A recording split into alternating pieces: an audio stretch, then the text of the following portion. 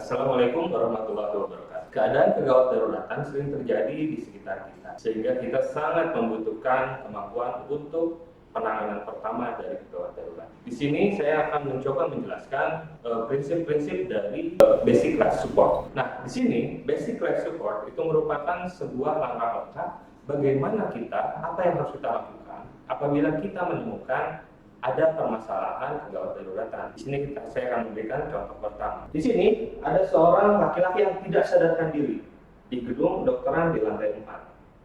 Maka yang pertama kita lakukan adalah prinsipnya danger.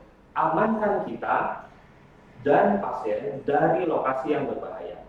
Saya lihat di sini tidak ada genangan air, tidak ada listrik, kabel listrik yang terjuntai, kemudian tidak ada api, sehingga ini dalam keadaan aman.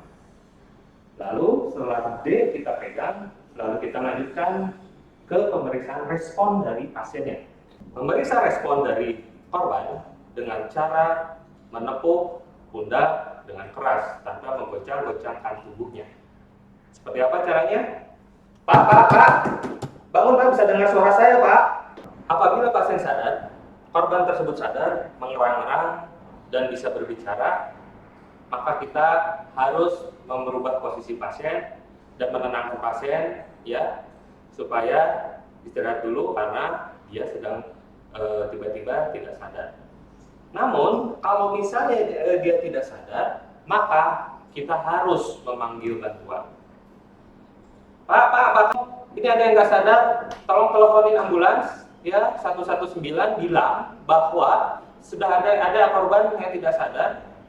Segera datang membawa ambulan. Pak Kabus silakan membawa AED yang ada di gudang lab. Itu kita meminta bantuan atau shout, ya, shout for help.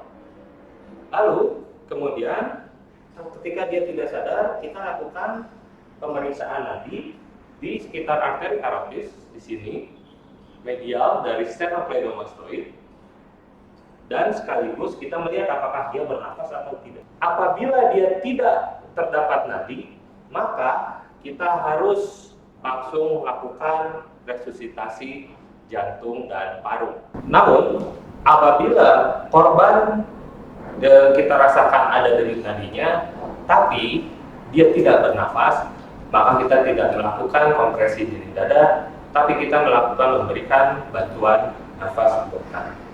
Seperti apa bantuan nafas buatannya? Ya, bantuan nafas buatannya dengan cara head tilt dan chin lift.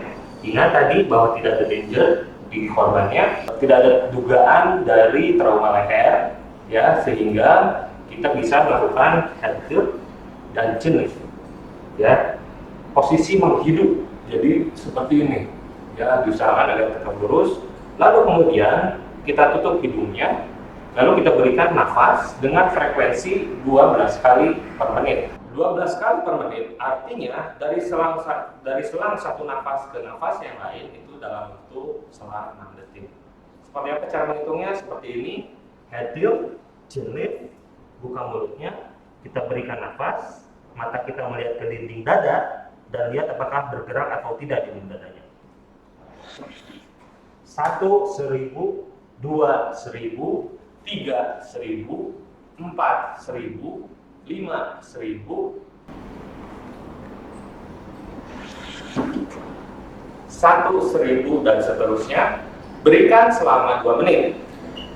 Lalu setelah 2 menit kita periksa kembali sirkulasi dan pernafasannya. Ya, apabila ketika kita memberikan nafas bantuan tadi dinding dada tidak bergerak, artinya ada kemungkinan sumbatan. Entah kita bisa dengan cara mereposisi atau kita membersihkan dari sekitar jalan nafas. Apabila Anda tidak yakin dengan hitungan detik Anda, silakan Anda melihat jam, bagaimana itu detik 1 ke detik 2 seperti apa. Jangan kita mengira-ngira 1.000, 2.000, 3.000, 4.000. Tidak seperti itu, tapi tolong dilihat. Kalau dalam bahasa Inggrisnya 1 Mississippi, 2 Mississippi, 3 Mississippi, dan seterusnya. Lalu kemudian setelah 2 menit, lalu kemudian kita cek. Kita cek bagaimana nadinya dan juga pernafasannya. Apabila nadi tidak ada, maka kita langsung melakukan kompresi dinding dada. Bagaimana cara mengetahui cara melakukan kompresi dinding dada? Kita harus tentukan markingnya terlebih dahulu. Untuk marking dari kompresi dinding dada, kita harus mencari yang namanya prosesus sifoid dulu. Prosesus sifoid ini ada menjadi ujung dari sternum. Dari prosesus sifoid kita simpan 2 jari menutupi prosesus sifoidnya, lalu kemudian kita simpan bagian dari bawah hand kita, tumit tangan, ya, ke pertengahan dari sternum tersebut. Jadi jangan sampai menutup dari jari penunjuk prosesus sifoid, tapi berada di sebelah dari prosesus sifoideus seperti ini. Jadi setelah kita menyimpan tangan yang dominan kita di marking tersebut, lalu kemudian kita simpan tangan yang lainnya di atas tangan tadi. Lalu kita melakukan kompresi dinding dada dengan ventilasi buatan dengan frekuensi 30/2. 30/2 itu kita lakukan selama 5 siklus atau dalam waktu 2 menit. Ya, dengan cara seperti ini. 1 dan 2 dan 3 dan 4 dan 5 dan 6 dan 7 dan 8 dan 9 dan 10 dan 10 dan 2 dan 3 dan 5 dan 6 dan 7 dan 8 dan 9 20 1 dan 2 dan 3 dan 4 dan 5 dan 6 dan 7 dan 8 dan 9 30. Headcap dan chin lift. Berikan nafas di dinding dada.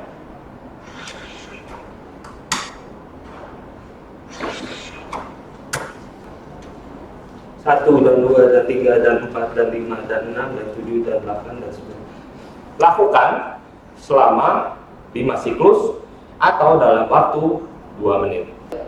Dan kemudian ternyata AED, Automated External Defibrillator, sudah datang. Sehingga kita langsung wajib memasang AED tersebut. Kita buka AED-nya. Ya. Lalu kita lihat di sini. Kita buka langsung. Call for help now. Kita tadi sudah Remove all bilang. clothing from patient's chest. Kita tadi sudah bilang bahwa kita minta tolong untuk menelponkan ambulan. Lalu kemudian kita pasang dan kita sudah posisi korban sudah tidak menggunakan baju. Kita pasang Pull red handle to open bag. Jadi di sini adik-adik semua udah bisa melihat, ya. Ada yang posisi menyimpan padnya. Ada yang di jantung sebelah kanan, dada sebelah kanan, dan ada juga yang di dada sebelah kiri. Kita tempelkan dan kita tempelkan dengan kuat, ya. Lalu kemudian kita biarkan AED-nya menganalisis, ya, apakah perlu atau tidak untuk diberikan defibrilasi. Apabila dia menganalisis dan memerlukan defibrilasi, maka dia akan memberi peringatan untuk mundur, ya, mundur, dan kemudian kalau kita mundur, lalu dia akan memberikan defibrilasi. Apabila defibrilasi sudah dilaksanakan, maka dia akan memberikan peringatan untuk melanjutkan CPR, cardiopulmonary resuscitation.